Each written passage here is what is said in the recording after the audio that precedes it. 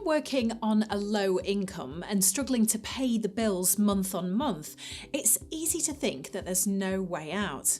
I mean, benefits are only available to those who have no income at all, right? Well, while that might be true for a number of benefits, the working tax credit is specifically designed to support individuals on a low income and could offer the support you need to make ends meet.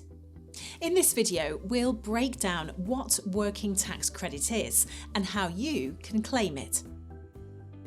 Now, the first question you're probably asking is, what actually is working tax credit? Well, it's a government benefit designed to top up your earnings if you're on a low income. You could get up to £2,500 a year or even more if you have a disability.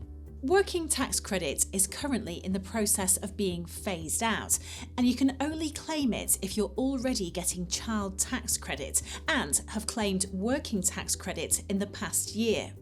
If you're not in this situation, you'll need to look at universal credit instead. To be eligible, you need to be a UK citizen, work at least 16 hours a week, be on a low income. This is determined by your own circumstances. If you're self-employed, your work needs to be commercial, regular and organised.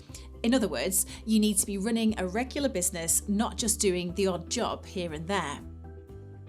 Now, if you qualify, you'll get the basic element, which is up to £2,435 for the 2024-25 tax year, but you might get extra if you're a lone parent, work 30 hours or more per week, have a disability, or pay for childcare. Working tax credit can also cover up to 70% of your childcare costs, which is, of course, another massive benefit. However, because it's being phased out, you can only apply if you're already receiving child tax credit. If you're in this position, you'll need to update your existing claim by reporting a change in circumstances to HMRC.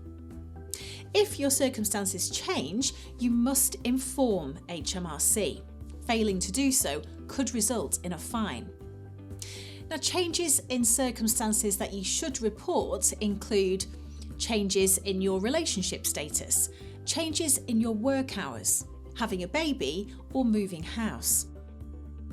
Now, as I've previously mentioned, working tax credit will be replaced by universal credit in April 2025, and you'll receive a migration letter notice, which you'll need to complete within 3 months in order to be moved over.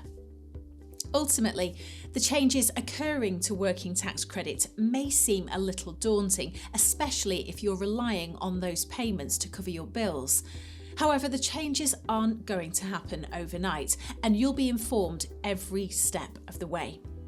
On the other hand, if you're not currently receiving working tax credit, applying for universal credit is a very simple process, but you can always check out our full guide on the Afforda website if you're looking for more support.